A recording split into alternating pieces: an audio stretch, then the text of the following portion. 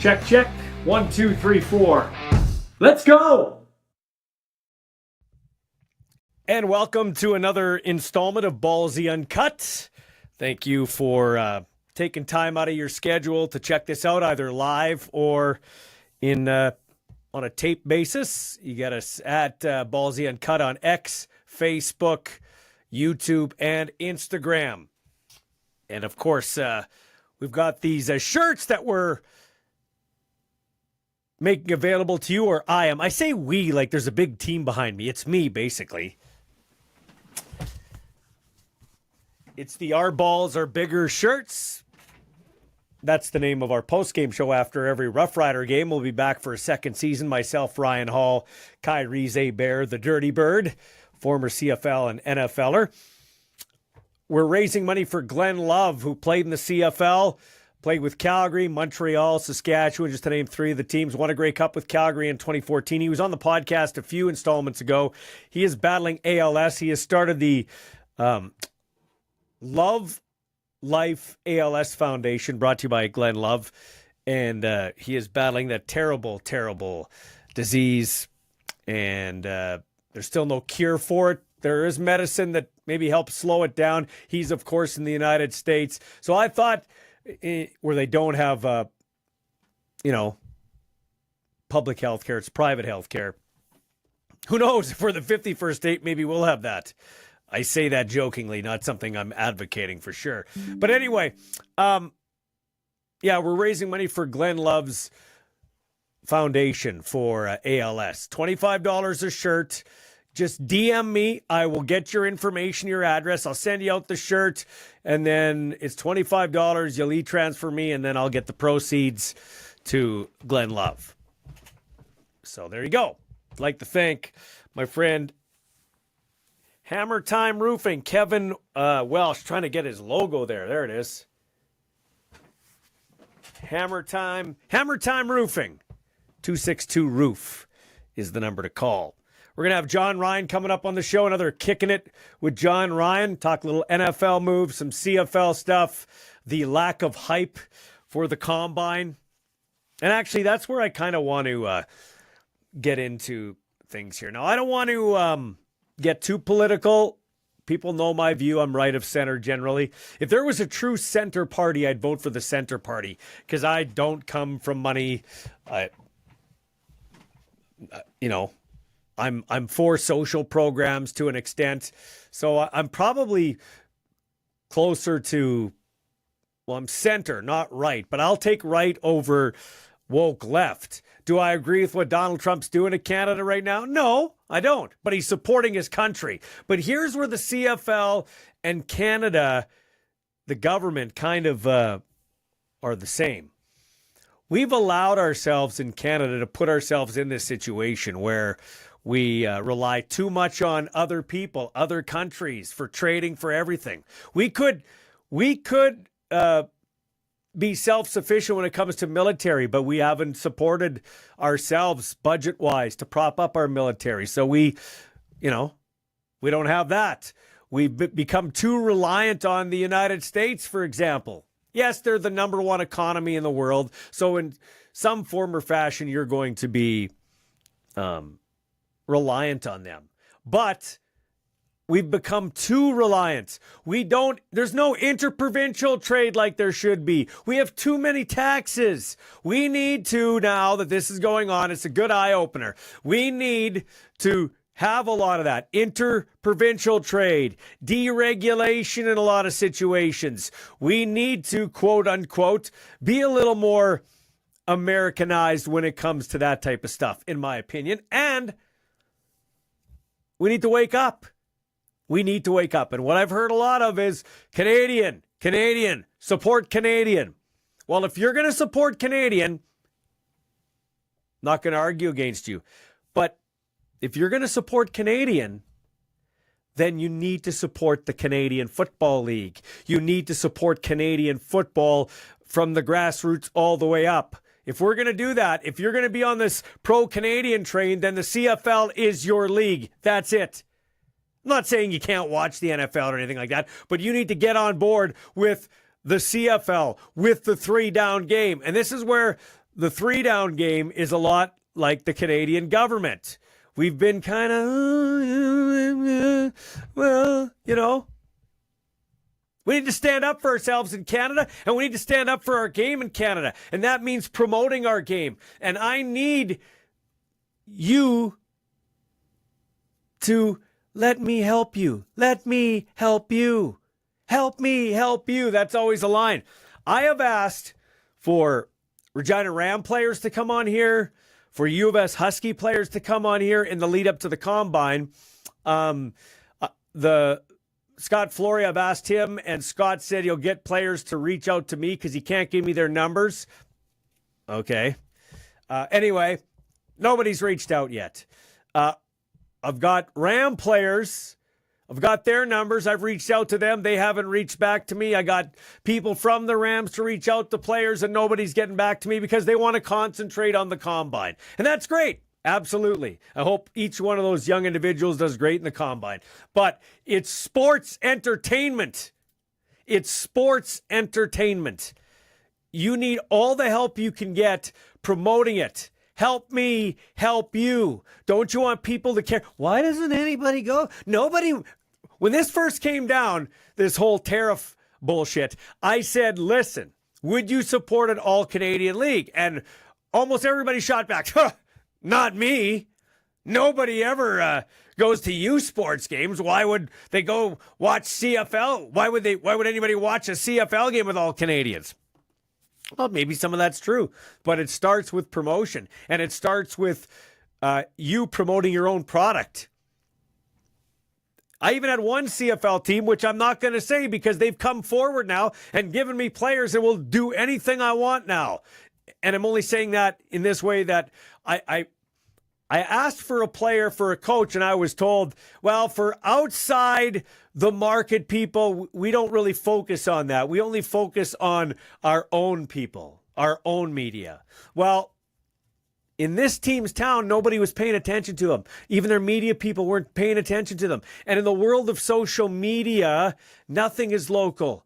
Nothing is just local. Everything is local in the world of social media. So if somebody in his basement studio, whether it be a 30-year media vet or a young person starting out or somebody just doing a podcast like my buddy Smitty in Winnipeg, if they just want to do a podcast in their spare time and promote your league, you should be tripping over yourselves to give them exposure. That's what I'm saying. So help me help you. Like, let's promote our game. Let's promote our league, the Canadian Football League, U Sports, junior football. There's so much I'd like to say. One other thing I'm biting my tongue a little bit because I have a son in the process going through the draft and going through the Combine. So I'm going to bite my tongue, okay? Because I don't want to affect him too much, what's going on. Although he should be able to stand on his own merit without his dad. But people are real soft in this world. They get butthurt. They don't like the truth. They do not like the truth. But here's the truth for you. I have had 2 U Sports coaches reach out to me and ask me if I can help them. Michael Ball in this nice basement studio that he set up in his own house. Okay? Michael Ball, former voice of a CFL team. Little old Michael Ball. 2, or should I say, our balls are bigger, so I shouldn't really be surprised why I'm getting calls. But I got 2 U Sports coaches calling me, asking me if I knew the itinerary to the Combine so that they could book their flights to come into Regina. They asked Michael Ball. That's embarrassing. So my point is, help me help you. We are less than 2 weeks out of the CFL Combine in Regina, and there's no, as I talk right now, there's no promotion. Nobody knows when everything is, what's going on. I've had friends reach out, Ballsy, do you know? I'd like to come watch. I know your kid's playing, but I like to watch because I'm a CFL fan. Nobody knows. Nobody knows. And the CFL, I love this league, but I point out their mistakes just because I want it to survive. This is just something so easy. Like, A few years ago, they stumbled onto something great. CFL week in the middle of the season. They had all the stars, stars from all the teams come to Regina for 3 or 4 days. And then it led into, we had musical entertainment. Warren Moon was brought in. Rod Smith was here. And it led into the Combine. The NFL's been doing the Combine in Indianapolis forever. Why don't they make Regina the hub, which it already is, the hub of CFL football in the winter, the dog days of winter, to keep your league in the spotlight front and center? You have the Combine every year in Regina. You got the infrastructure there. I think the turf probably needs to be upgraded at the soccer center there, but you make it. So this is where you come. This is exactly where you come you mark it on your calendar, and you are coming to the Combine in Regina in March, where we have guests from all the teams, coaches, GMs, some of the star players right after free agency. You got the Warren Moons, the Doug Flutys, the Jeff Garcias, the Cameron Wakes, the guys who used to play in this league that went to the NFL, and even some of the former greats. You have an alumni lunch at the Grey Cup. Why can't we do that here? I asked Randy Ambrosi that when the Grey Cup was here in 2022. He said, well, that's a great question. It was something that was great, which, by the way, didn't happen on his watch, so he couldn't give total props to the commissioner that was before him, because that's just the way it works in sports and politics. But he said, well, it's social media. You're going to see us step up our social media game, which, in fairness, they have. But what that really meant was, translation, yeah, we stumbled onto something, but we're too cheap and we don't want to spend the time or money to invest. Well, if you don't spend the time or money, or even, time or money, give me your time to help me help you by promoting your product. If you're not going to do it, then nobody's going to care. Nobody's going to care if you don't care. So if you care about the CFL, and if you're truly into let's support Canadian, then get behind the most underappreciated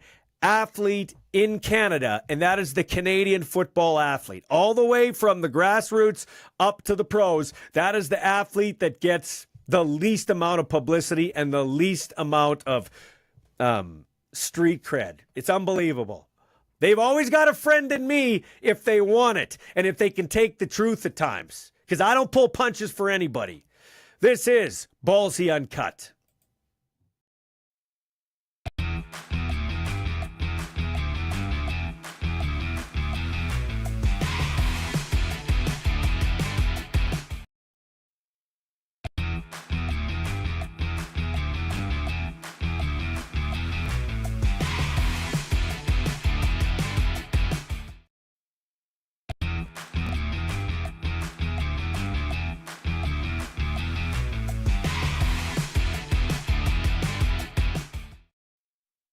Kicking it with John Ryan. JR in Arizona, about to go to California. Is it warmer in Arizona than California? Is it comparable? What are we looking at here? Yeah, it's a little bit warmer. I think it was 27 degrees Celsius here today, and it's probably about 20 back in LA. So I can't complain about either, especially knowing what people in back home are going through this winter. So it's pretty nice either way. Although it's a lot nicer than the last time we talked. Hey, John, did you get the air conditioning fixed? And when it's that hot, in the house, do you sleep naked? I always sleep naked. Absolutely. Me too. I do too. It's very restricting. The clothing thing's very restricting. For the first week I was here, when the air conditioning wasn't working, and I slept terrible. I was sleeping like 4 or 5 hours a night. And that very first night when the AC was on, turned it down to 68, and I slept for 9 hours. It was amazing. So I've slept like a baby ever since. My significant other doesn't like when I sleep naked, but I said I got to. I can't. Who was that UFC fighter that time? Was it Derek Lewis when he said, my balls are hot? Remember when he said that? My balls are hot. So listen, I don't have structural damage, meaning the they haven't dropped yet. But when I lay on my side, it's like I'm in a sauna. I can't lay on my side. My balls sweat. I'm not joking. Really? Yeah. You know what? I run a little hot. So I need to be, I have a very thin comforter, and I set the temperature down cool. I got to be naked. I don't know if my wife likes it or not, but she's stuck with it. Yeah, that's the same way as I feel. Here's the thing, Ballsy. If we go the other way around, if your wife sleeps naked, it's like the greatest thing in the world. Well, and that's the thing that bugs me because I won't sleep at all if she sleeps naked. We both have. I would say we both have very attractive wives. Okay, and I would say this. That's exactly it. But mine dresses like she's going to a farmer's market, like she's a Hutterite. That's how she dresses when she goes to bed. And it's funny, when we were first dating, that wasn't the case. Okay, it was like, you know what I mean? Like it was like, I gotcha. It's like I don't want to sleep. And you know what she says to me? Here's her line. No friendship tonight. That's her line. No friendship tonight. And I hear that more times than not. I'm not gonna lie. Well, we're more of morning people, anyways. But that's a story for another day. Yeah. Okay. Hey, one thing I do want to touch on before we get into sports. Daylight savings time. You kind of had the best of both worlds. You were in Saskatchewan, and now you've been all over the world. Do you like changing the clocks, or do you like when you didn't have to change the clocks, and does it fuck you up? I like not changing the clocks. You know, it's like being back in LA when you're in the winter and the sun's coming up at 7 in the morning and it goes down at 4 in the afternoon. I don't get it personally. I'd rather come up at 8 and go down at 5. You know, I'd rather have like it. I don't want to say depresses me, but I just don't like it when the sun's going down at 4:30 or 5 o'clock when it wakes me up. Maybe because I retired when I was 40, so I have a lot. I get to sleep in every morning. I don't need the sun waking me up at 7 a.m. Yeah. But no, I wish we'd just stop doing it. I'm in Arizona right now where we don't change the clocks, and I like it. Yeah, so that's like Saskatchewan and Arizona, the only two places where the clocks don't change, right? Yeah. It was actually on the ballot last election in California to not do it anymore, and I think it passed. But then all the red tape and everything takes years. Yeah. Okay, so about 6 months ago, people were online. They were about a growing fashion trend, talking about one-legged pants. So that's where on one side of your pants you have the leg, and the other side it's like a mini skirt or shorts, okay? And people thought this is ridiculous, but they actually it's taking off again, and it's selling out all over the place. I think it's stupid. I could tell by your facial expression you think it's stupid. But did you ever get caught up in a stupid trend growing up? You know what? I think I'm sure I did growing up. You know, we grew up in Regina, where I think we were probably always a little bit behind. I don't know. It didn't matter to us. We were on the cutting edge. No one else mattered. That was before the internet. We didn't know any better. Yeah. But when I first got into the NFL, a ginger kid from Canada, I thought it was great to buy diamond watches. So I have these ridiculous diamond watches that probably cost more than I should have ever spent. I have like 5 of them. Really? And I haven't worn them in over a decade because they're absolutely ridiculous. But I thought that was one of the things that I had to buy to fit in. And that was a fad. It was more of an NFL thing than just a regular thing. But it was. You look back and you're just like, what a ridiculous purchase to buy a diamond encrusted watch. So do you wear your diamond encrusted watches more than you wear your Super Bowl ring? I wear my Super Bowl ring once a year, maybe twice, and I wear that 1 or 2 times more than I wear my diamond encrusted watches. Wow. So when you wear your Super Bowl rings, where do you wear them? Like, when do you wear them? Sure. I did a speaking engagement about a month ago in Toronto for a company, and I wore it then. I usually wear it on Super Bowl Sunday. Yeah. I really don't wear it very often anymore. It's not the most comfortable thing. I'm obviously very proud of it, but it sits in the safe. And I think my mother has I bought her a Super Bowl ring that's on a necklace, and she wears it every day. So she kind of wears it for the family. So if you ever see her out, she'll be wearing that Super Bowl necklace. Yeah, I love your mom. So, but so this is what I've always asked CFL guys. Would you rather have the ring or your name on the trophy? Or like even NHL guys, would you rather have your ring or your name on the trophy? Because your name is always on the trophy. Your family gets to have that part of your championship lore forever, the ring I'm talking about. Yeah, that's a good question. I never really thought of that because, as in most U.S. sports, the MLB and the NBA and the NFL, there's a new trophy every year, right? Which I never really liked. Sure, it's this beautiful trophy. Tiffany's makes all 3 of those trophies, and they're gorgeous, and it gets to stay in the facility forever. But your name is never on it. Your name is on Lord Stanley's cup forever. Yeah. It's kind of a cool thing. So I don't know if I could pick between one or the other, but I've never really thought about it. But having that ring is something that can never be taken away from you. It's a pretty cool thing, and it'll be. I think I've talked to you this before. When I'm dead and gone, all my rings will be donated to the Saskatchewan Sports Hall of Fame, and they can do with them as they please. But it's pretty special having that. Speaking of that, a guy who's around your age, Ben Hebert, is going to the Brier once again for the I don't know, he's been in 17 Briers. He won the Brier, for the 5th time. He's won, Olympic gold medals, one of the greatest curlers of all time. I saw him, he looked a little, he's going to be on the podcast in a few episodes here, but he looked a little more exuberant than he normally is. Almost a little, I haven't talked to him about this, but almost like maybe this is his last kick at the cat at 41 years old. I'm not saying he's going to retire, but it just kind of feels like, you know what I mean? Where you like, you were probably that way, right? Were you stopping and smelling the roses towards the end of your career? Like, this could be the last time I'm punting a football. Maybe this is my last game, that type of thing. Absolutely. That's why kind of that tour through the CFL in those last 4 years was so special to me. I knew it was kind of coming to an end, and kind of having that. I was wanting to know when it was going to be my last game, because 99.9% of football players don't know when it's their last game, and I always wanted to have that that thing in me that I knew that it was going to be my last game, and I did, and that meant a lot to me. But I mean, Ben's been. It feels like Ben's been around forever because he broke in so young. Like, I think he was on the world junior team. Yes, he of was curling at like 18. I think he was still going to Tom. Like, I mean, the guy was Riffle, not Tom. Oh God, how dare! Yeah, how dare you? Yeah, Riffle. Turn and spit. Turn it. Yeah. But it just feels like he's been around forever. So it just feels like it feels so weird that he might not be doing it for 10 more years, because I think he could do it for 10 more years. I mean, I think the guy's represented Canada like 10 times. I think he's been to the Olympics 2 or 3 times.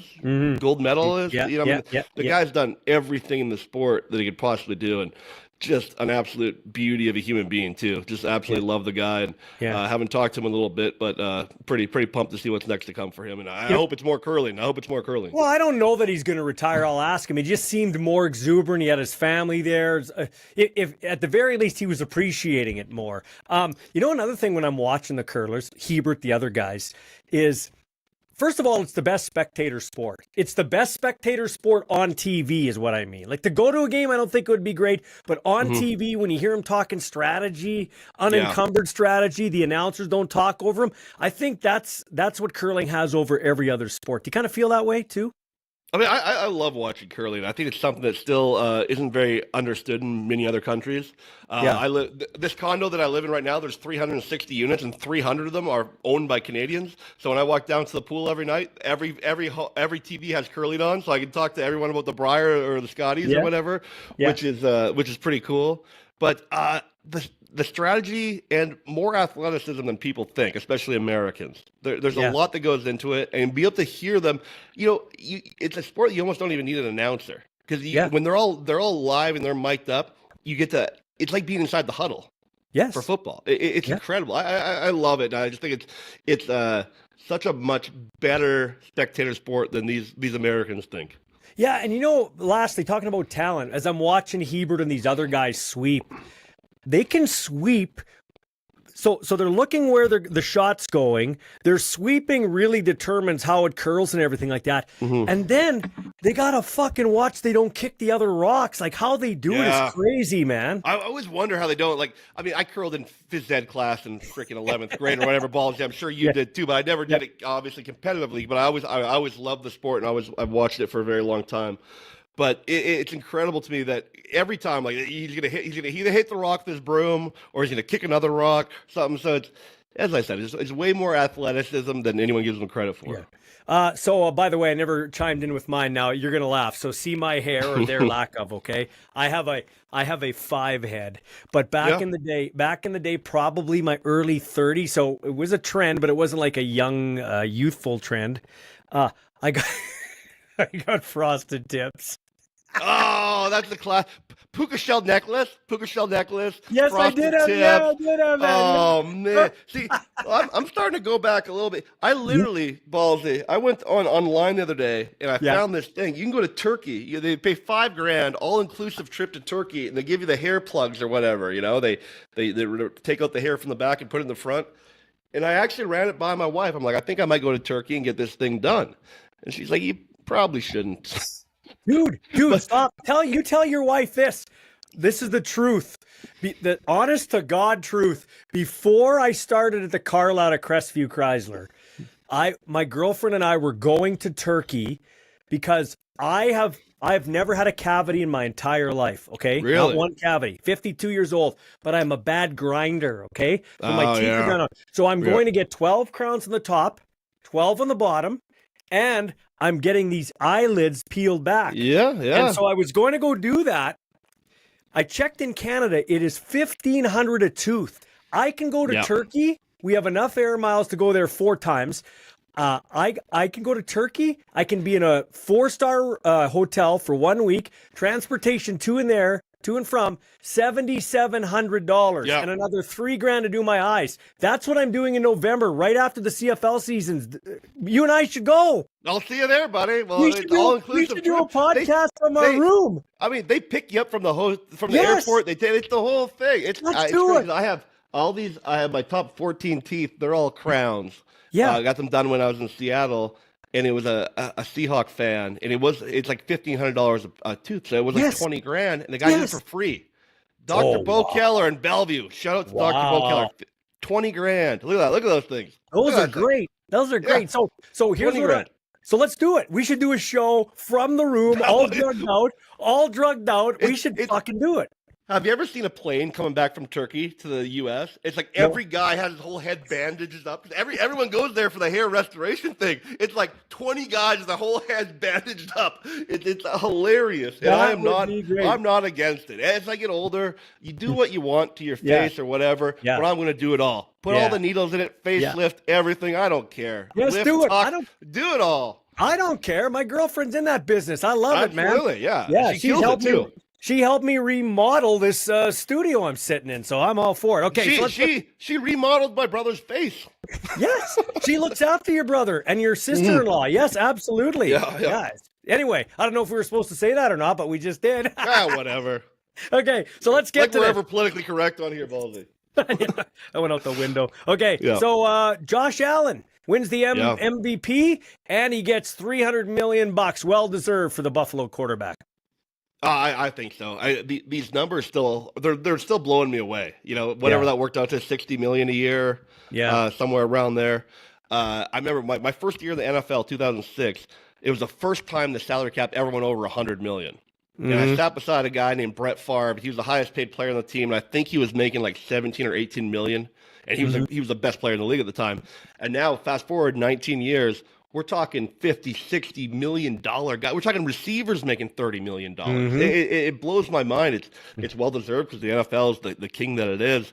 But Josh Allen probably one of the best. But these numbers are still blowing my mind. Justin Fields goes to the New York Jets, a 2-year, $40 million deal. What do you think of that one? It's kind of right now. It's kind of where quarterbacks go to die. It's a rough place to play. There hasn't been a quarterback there. I think Mark Sanchez had a little bit of success in those years when they were going to the AFC championships about 12, 13 years ago. But it's hard to think of the last time a quarterback went there and was successful. So I think Fields has potential to be a good quarterback. I don't know if he's the type of quarterback that can turn that franchise around. It's a big turnaround. So one other quarterback I wanted to talk about is Sam Darnold. Sam Darnold's turned his, two, I guess. Sam Darnold's turned his career around, or he did with Kevin O'Connell, who's a great coach. And now he goes to Seattle, and Geno Smith goes to the Raiders. What do you think of those two moves? It's interesting because when I think of Sam Darnold, I think of a busted first-round draft pick, a guy who's played. This is now his 5th team, I believe, in Seattle. That'll be his 5th team, and he's only 27 years old. But as well as saying that, when I think of Sam Darnold, I think that he's in his early 30s, maybe mid-30s, because it feels like he's been on so many teams and around for so long. The guy's only 27 years old. So, I mean, he has a 3-year deal. He could come up again and have another big contract after that. So we'll see, because, Sam Darnold, his first 6 years in the NFL were not impressive. And then he had 14 games in the NFL that were very impressive, followed by a month that wasn't great. So, I mean, Seattle's really, honestly, John Schneider, he's putting his entire job on the line for this guy. If he's not the answer, John Schneider probably doesn't have a job in a year or two. What do you So make? What do you make of Gino going to your buddy Pete Carroll's team? They know each other. yeah. It was shocking at first because we didn't know what the plan was. Mm-hmm. You get rid of a starting quarterback in the NFL. It's kind of crazy when you got probably top 15 quarterback. You don't get rid of them. So there was a plan in place, but we didn't know what it was. So it was a little scary as a Seahawk fan to not really know what direction they're going in. As it turns out, that tampering period when their guys are able to talk to teams. Obviously, Seattle had it worked out where Sam was going to come to the Seahawks at the first opportunity he had, which was good for the Seahawks, I hope. So I saw you. I saw you posting online about how you used to be a fast receiver who could catch and run, and you're ready to go now that DK Metcalf got traded to the Pittsburgh Steelers for a second-round pick and promptly signs that 5-year, $150 million deal. What do you make of that move? Do you think that kind of like there's been talk that maybe the Steelers will kick the tires on Aaron Rodgers? I just don't know what's left in his tank, or does that mean Russell Wilson stays in Pittsburgh as we talk right now? As we talk right now, I think Russell Wilson stays there. I think they owe him a whole bag full of money. I think they owe him like $10 million or something if he stays on the roster beyond whatever March 15th or something like that. I'm not sure the exact date. DK, it surprised me a little bit. DK, I thought that was going to be a kind of guy that was going to be in Seattle for 10 years and kind of be the next Tyler Lockett, the next Doug Baldwin type of guy. And I think that he knew the way they work around Seattle. John Schneider's not going to pay a receiver $150 million. He's not. That's not their model they go after. So I think that he kind of saw the writing on the wall, and if he wanted to get that big payday, which is the best opportunity right now for him to get that payday, that he needs to get out of there. And what it's like 72 hours later, he went from asking to be traded to having $150 million. So it worked out for him. A little disappointing for Seattle Seahawks fans.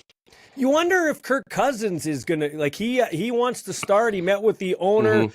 As you said, you don't just cut a starting quarterback. Like, you can maybe get something for him. And then I see Myles Garrett wants to get traded, but then he signs for $40 million a year in Cleveland to stay because they promise him they're going to win. Could maybe Cleveland work something out with Atlanta where he comes over and becomes a starting quarterback in Cleveland? Because, he say what you want about Kirk Cousins, but he's got better career stats than Troy Aikman when you think about it. When you look at the stats, Kirk Cousins is better than Troy Aikman, just doesn't have the Super Bowls. Like, that could make Cleveland a contender, like, in terms of the playoffs. Yeah, that's actually a great thought. I think that people overvalue these draft picks so much that I think you can get Kirk Cousins for a first-round draft pick or even a second-round draft pick. Yeah. They really, right now, they just want to get that money off their books right now. That whatever it is, $40 million a year, or $50 million a year, whatever they owe them now, it's a boatload of money over the next 3 years, and they kind of have their guy in Michael Penix there. So it would be a great opportunity for him to go to Cleveland. I think it would be a good fit. As you said, Myles Garrett. It was one of those things that also, we don't know what's going on the other side when he threatens and asks to be traded, but we don't realize that he's about to get paid $160 million or whatever it is, crazy. But it's that's an interesting one, and I think it could be that. I know that they're still on the books for that massage therapist guy they got right there as quarterback. Yeah, big fan of massage parlors. Yeah. So I don't know how that works in terms of the books, but I would love to see them go after Kirk Cousins. And in LA, you're going to LA. Devontae Adams goes to the Rams. That's interesting. And I wouldn't be shocked to see Cooper Kupp end up staying in LA and just flipping dressing rooms and going to the Chargers to kind of mentor Ladd McConkey, who's kind of, Cooper Kupp only younger. I was kind of hoping he's going to come to Seattle. He's a Washington guy. I think he went to Eastern Washington. I would love to see him go to Seattle. I don't know what it's looking for in terms of a payday. I think he was making about 10 or 12 million, or maybe more than that. It was a very large contract. Now you have Puka Nacua. It's not really necessary to pay him. So I don't know what he's looking for, but I think they'd be a great fit to have him in Seattle. So, and some organizations like Cleveland, and you can pick a bunch, they just continue to suck year after year. Now covering warts for the Cincinnati Bengals is Joe Burrow, but just consider this for a second. They didn't get ahead of it, and they didn't pay Jamar Chase. So Jamar Chase sitting here right now without doing anything has made $7 to $8 million more in his contract just by doing nothing with Devontae Adams and DK Metcalf, who were great in their time, but they're not Jamar Chase, who I think is the best receiver in the NFL. And I thought that even before he won the Triple Crown this year. Oh, yeah. If you look at DK getting 5 years, 150, what's Chase worth?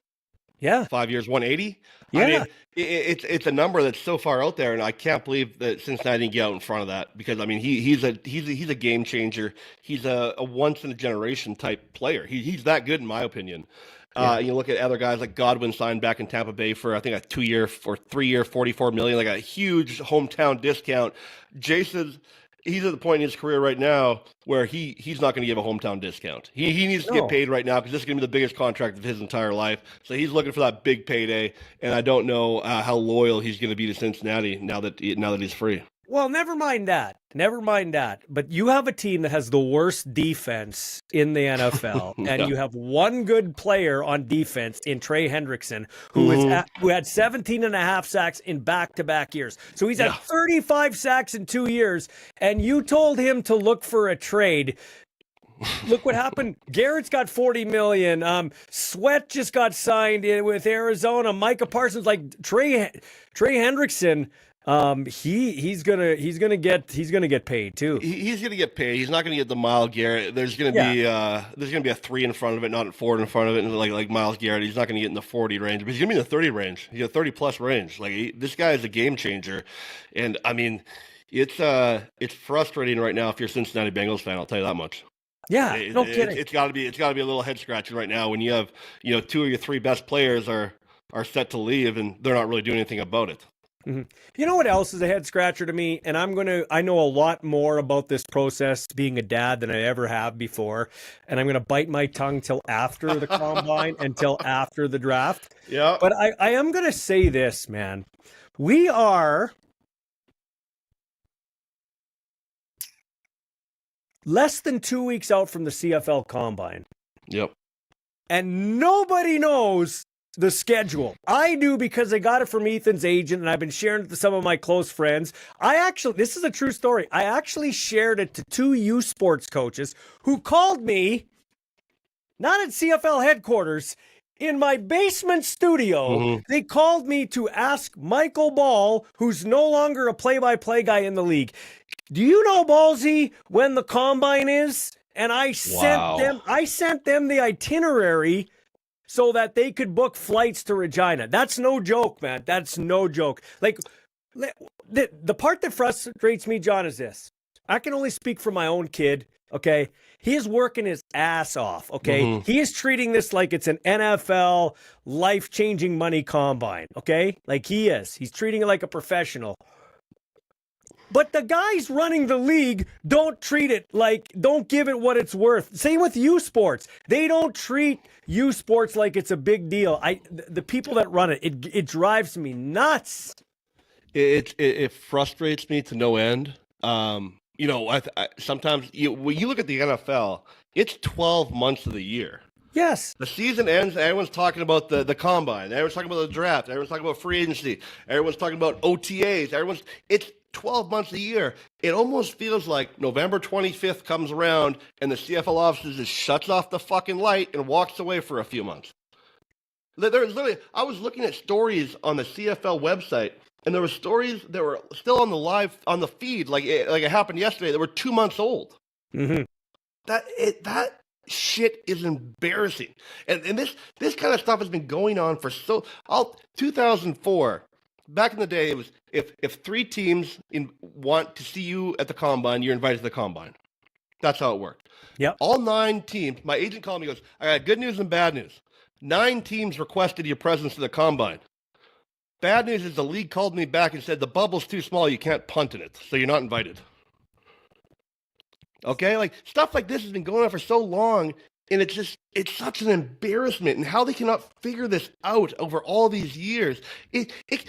Ballsy, you know how much money it costs to set a schedule? $0 to set a schedule.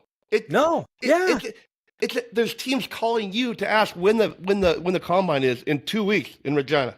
Yeah, in 2 weeks in Regina, where can I book my 2 personal coaches I know? Hey, do you know, so I can book my flights to come to the combine? Like, and here's the other thing. This kills me. I asked Ambrosi this, who, by the way, is a lot like Justin Trudeau in the fact that he doesn't want to leave. Trudeau's gone now, but Ambrosi, we don't have a commissioner. Apparently, we're supposed to get one here in a couple weeks. I don't know. I haven't heard who it's going to be. But I asked Ambrosi this at Grey Cup week of 2022. I said, you guys right here stumbled into something without any promotion. Remember back when they had their very first CFL week, and then they had you weren't around, you were in the NFL, but they had their very first CFL week. They brought Warren Moon in, other dignitaries. They had all the players, Bo Levi Mitchell from Calgary. We interviewed him for a week. All the fans came together. They did the combine where they're going to do it at the soccer center. Why in the blood? But I asked him, I said, why'd you get away from it? Well, it was a good idea, but we went to a digital age and blah, blah, blah. Basically, what it meant is we don't want to spend any money. John, the Regina has the perfect setup, just like Indianapolis. 100%. This combine 100%. should be here every year. All the league comes here. It's a celebration in the off season, a mini Grey Cup in the middle of the winter. Like what? I'm a guy in my basement and I can figure this out. Yeah, it's frustrating. Like I think I talked about this on my show, or on your show, sir. I was at the Grey Cup this year as a guest of the Seattle Seahawks, promoting the Seattle Seahawks on Northern territory, basically stealing their fans from right under their noses. Not one person from the CFL, not one person from the Riders, not one person called me to do anything. And I was there with an NFL team, basically stealing your fans, and no one did anything. It blows my mind how far it can go just to pick up a phone, call someone. And as you said, it's like Indianapolis has hosted this combine for how many years? For as long as I can remember. Yeah, since I've been alive. It's a huge deal for the city, as well as the draft. Look at the draft now. The draft is like the Super Bowl. If you go to Green Bay this year, it's going to be, you can't even get a hotel room in Green Bay. Right. If they started doing this stuff up more, started promoting youth sport more, saying like these guys are the future stars of the CFL. Some are going to the NFL, and no one hears about them until after they leave the youth here's sport. one more. That's another conversation, but my God. Here's one more for you. I don't know if I brought this up to you, but I have brought it up on my show. So the other thing I found out in this process is, in the NFL, it's a hand time laser finish in the 40. Okay. So there in the CFL, it's double lasered. So ours is slower. Okay. Our 40s are slower. Like when my son is training here, no joke, he's running an NFL 40. You click it. He's running NFL numbers. Like he is running NFL numbers. But because we double laser, it skews it slower. Same with the bench press. In the bench press in the NFL, they don't make you pause. It goes down, up. They don't care about bouncing if you watch it. In the CFL, they'll deduct you if you bounce. They have people watching if you bounce. My point is this. You're a businessman. We're trying to sell the game. Jim Bob Schmidt in Lakeview is not going to know that it was hand-timed and lasers. He's going to say, holy fuck, John Ryan from Sheldon Williams ran a 4.38. I should probably go out and watch a Rider game. This guy's a stud. But now you see it, and it's like, oh, he ran a 4.6. He ran a 4.52. Well, those dudes would be doing that too in the NFL if you did a double laser. Trust me. It's stuff like that. Just like you can't get the fuck out of your own way. Get out of your own way. And that's when I went back to the CFL. And Ballsy, the reason you and I bitch about the CFL is because we love it so damn much. You know what I mean? Like we're not doing this because we're saying the CFL sucks. We're saying it because we love it so freaking much, and have loved it since we were freaking the day we were born. And that's what frustrates me is that these things are so simple. It just get out of your own damn way, CFL. Stop it. And I will tell you folks right now, do yourself a favor and watch Pickles. Yeah, thank you, Ballsy. I watched it twice, and listen, you're my buddy, good friend. You got a bit of a twisted sense of humor. You do. Your wife has a bit of a twisted sense of humor, which I think actually fits for Portland, because Portland's kind of twisted. But I do love the fact you guys try a bunch of things. Like you might try 10 promotions and 6 didn't work, but they're all talked about, and people are like, holy shit, did you see that? They blew up a whale at a game. It's just fun. And I think that a lot of people, our documentary came out on the MLB Network a couple weeks ago. Thank you for watching it, Ballsy. But it just shows us how crazy we do things, how different it is. And I've had people come up to me, oh, that works great in Portland, but it's not going to work in Ohio. I go, no, it's not going to work in Ohio, but we bought a team in Ohio and we did a different spin on things, and it worked great in Ohio. We did it in Texas. I'd love to take some of these ideas to the CFL because I think the CFL needs a lot of this stuff. And I think the biggest thing that I learned from this ownership thing is sometimes you got to lose one fan to gain two.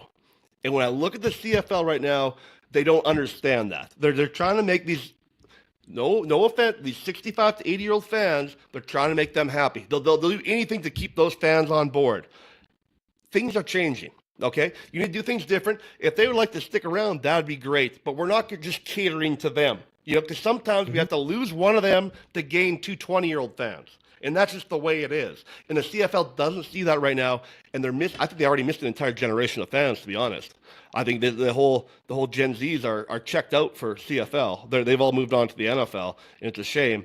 But I really went on a tyrant here. But I think that they need to change things up and promote this game to the youth of Canada, because it's a great game. It's a great product, and it can be a lot of fun. And as you said in the documentary Pickles, my baseball team, someone said it best, is every night we have a block party. It's like a block party at the stadium. There's a baseball game going on. Most of the people love it. Some people are just there for the block party, and that's fine too. And the CFL has to embrace that, in my opinion. 1,000,000%, because you just touched on something. In Green Bay, they're having the draft. You cannot get a Green Bay Packers season ticket for like 25 years. You got to be on a waiting list. There's no such thing in Saskatchewan anymore, or any of these cities, because we've got 52-year-old Michael Ball, but 52 to 65-year-old to 70-year-old Michael Ball, if he dies, his family's he's not willing the tickets to his family. Like, you got to will your tickets. I don't know if it'll ever get to that point, but that's the problem we have. You're right. You got to be willing to lose 2 or 3 fans to maybe gain back 4, because otherwise, we're going to have, and this is no disrespect, this is just the facts, we're going to have a big soccer/cricket stadium on Elphinstone. That's what we're going to have. And that's nothing wrong with that, but we're not going to have a CFL stadium. I don't disagree with you. It scares me a little bit. I think times are changing. In the sports world, Gen Zs, they're not drinking anymore. A big part of the profit in the CFL is drinking. And so we have to find different ways to bring these fans to the stadium, and different things for them to do, and different ways for them to spend their money. And they're not doing it right now. It's actually scaring the hell out of me. Yeah, okay, so and this proves that I love the league and you love the league, okay? So Glenn Love played in the CFL for a handful of years. He won a Grey Cup with the Stampeders. He was with the Riders, Alouettes, and he's got ALS. And I was on this show, or he was on the show, pardon me, a few weeks ago. And he started his own foundation, Love Life Foundation, brought to you by Glenn Love. And he's not really like, yes, medical, you know how healthcare sucks in the United States in terms of you got to pay if you don't have money. So he's in New Mexico. He's battling, still a stunt man, but things are catching up to him a little bit. So I made up these Our Balls Are Bigger shirts. Awesome. You see that? The CFL dropped that slogan, and I trademarked it. And I've got it. That's my slogan. That's my slogan now. They dropped it because they're politically correct and you can't piss off anybody. This is where I'm like, no, our balls are bigger. It was back. I think, what was that Ballsy? Right around the mid '90s, late '90s. Early '90s. Radically Canadian, and our balls are bigger. And it was the best promotion they ever had in the CFL. Yeah, it got people talking. Yes. That's what I always say. If people love it or hate it, both those things are great. It's when people look at something and are completely neutral about it is when it sucks. That's right. So my broadcast professor told me just make sure they spell your name right. That's all. That's what he said. Who cares? So here's my deal. I'm selling these for $25 a piece, and the proceeds after expenses for the shirt. So most of it I've covered it, but so the proceeds are going to Glenn Love's foundation. So will you buy one from me and I can drop it off at your mom's house? I'll buy 20. Will you buy 20? 20, I'd love you to buy 20. That'd be great. And maybe I can hand a few out on behalf of you. Absolutely. I'll send you the money right now. Okay, buddy. Appreciate that. You are a great guy. This is what I love about this guy. This guy always gives back to his community, and he's right. We do bitch, but we bitch out of love. We don't bitch because we hate the league. I still think the CFL is the best version of football on the planet. It's just incredible. Everything else absolutely around. Incredible. I love it so much. And as I said, that's why we bitched about it, because we want it to be here for another 120 years. Yeah, absolutely. Hey, John, thanks for this. It's always fun, bro. Anytime, buddy.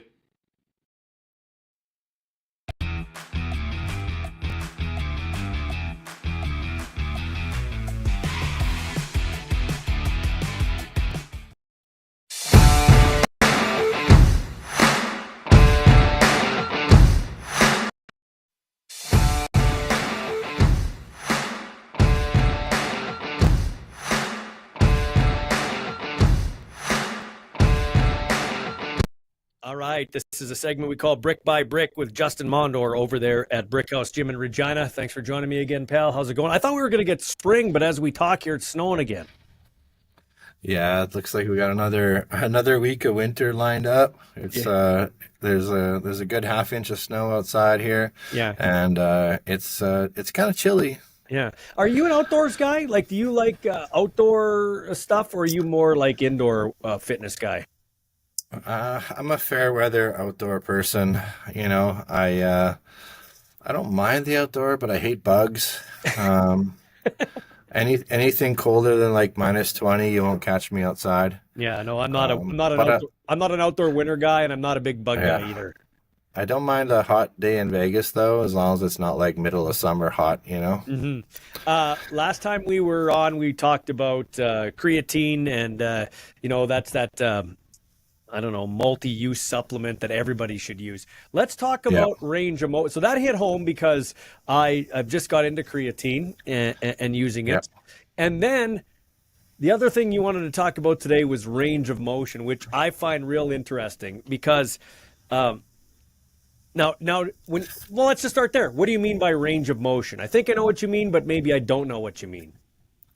Yeah, so I mean, I kind of generalize this for the fact that I see a lot of people in the gym, and I see what some people are doing and what some people could do better. And then, especially as we age, I mean, and time is obviously of the most importance. So for me, when I'm talking about range of motion, I'm using it for the example that if we can do many things at one time in the gym, being we're training our muscles, we're exerting ourselves to a regular speed, and then we're also taking our muscles in like a stretched position basically during the workout, then that means we don't have to do our stretching after, because honestly, it gets forgotten about just because everybody's busy. I mean, I see you in the gym, and I mean, you're doing your stretches and you're doing your core. I mean, good for you, but there's a lot of people that don't. So simply for me is like as simple as a bench press. I mean, instead of ego lifting and putting on more weight than you can handle and then only going in a small range, if somebody was to take it and make sure the bar is touching their chest and then to go full extension where the arms are completely locked out, that's what I'm referring to by range of motion. But for some cases, I don't always see it happening. And that's just what I want to make people aware of, because if they're sacrificing, putting an extra 50 pounds on the bar, but not getting that full range, then what's the purpose, right? Yeah. So as you get older, in your opinion, should you lift heavier or lift lighter? You're about 10 years younger than me. Yeah. Let's just take my son as a case study because he works out there too. Okay. He's an Hmm. athlete. He's 23. I'm 52 years old. Should I be lifting lighter with more reps and more range of motion? Is that what I should be concentrating on? I mean, there's a point where it is goal specific, but um, you kind of always still want to be able to push the threshold of what heavy is for you. Mm. You don't want to back off so much that it becomes light and you're just moving weight for the sake of moving weight. You still want to get to like a point where your end of your workout, you can honestly say you've hit failure. That's what heavy means. If that's heavy for you, perfect. Mm. Um, but it doesn't mean you should lift lighter either, because then you're not challenging yourself.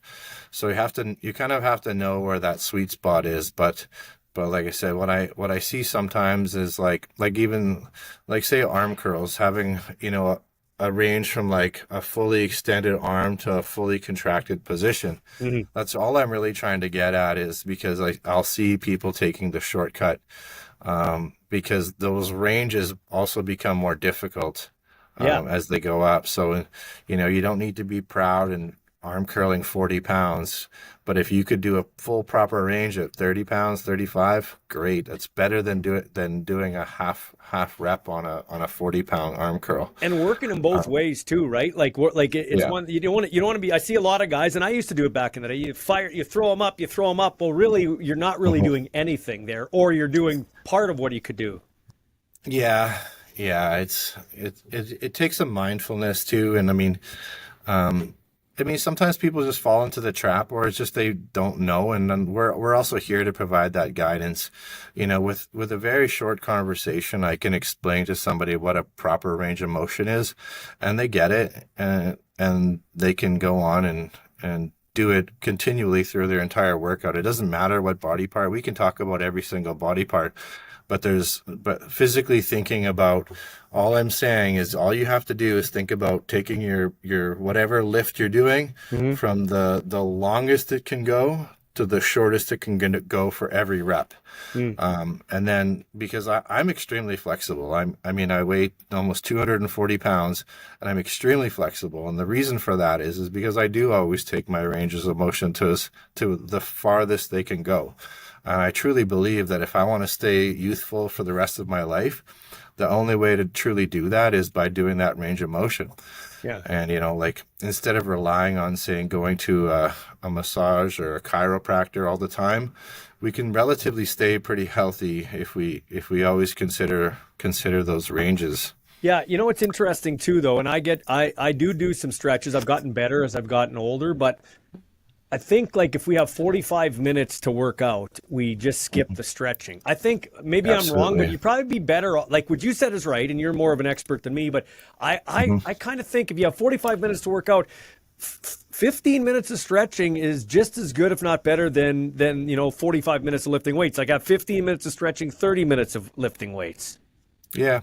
Yeah, that is true, but they're, you're such a seasoned veteran that it might seem easy for you. So yeah. It's what yes, but some people don't know where to start when it becomes to stretching. And there is a way to stretch wrong, and there's a way to stretch so that it hurts yourself. Yeah. Timing and everything. But, if you just focus on, there's that saying that we age faster when we start moving less. So my point is if you only had 45 minutes, just make sure those ranges of the lifts are as big as possible. Because 15 minutes it's a lot, but that's where you'd be more beneficial to do a proper lift and then do some core stability. Interesting. And here's the other thing. People do get intimidated when they come into a gym, and who can they ask? Yeah. What can they do? How would you suggest, and do you kind of break that barrier yourself, where you go over and say, hey, Michael, great to see you in the gym. Maybe you want to try this, that type of thing. Yeah. Just a light suggestion. The nice thing is when we build a community like here at Brickhouse Gym, we pretty much know everybody. And so when there's a newcomer, we're all very welcoming. Like, oh, there's a new person. Let's make sure they fully understand what's going on here. We only ever see that intimidation factor on the really crowded gyms. Like we refer to them as the low value, high capacity gyms. Then nobody knows anybody. And then there's more judgment and there's things like that. Whereas when you have a smaller community based gym, that kind of stuff doesn't exist here. So you get that kind of almost one-on-one hands-like feel. And everybody's just willing to help out, So, yeah. You can attest to, you see it all the time. And I'm always walking the floor and providing feedback. I don't ever claim to be an expert, but I've been around long enough that I know what works and what doesn't. And there are quick hacks to get around, some limitations when it comes to training. All right. Well, range of motion today. I want to actually show people your gym in one of these where because you've got some really good equipment, and I want you to take me through, because equipment can make such a big difference in your workout, and just the way you use it, and just the economy of that equipment, so to speak. Yep. Absolutely. So we'll chat about that. That'll be coming up. Yeah, we'll talk about that. You're the guy with all the ideas, man. And this is Justin Mondor over at Brickhouse, Brick by Brick. Thanks for your time, man. Yeah, thanks for having me on again. Awesome, bro.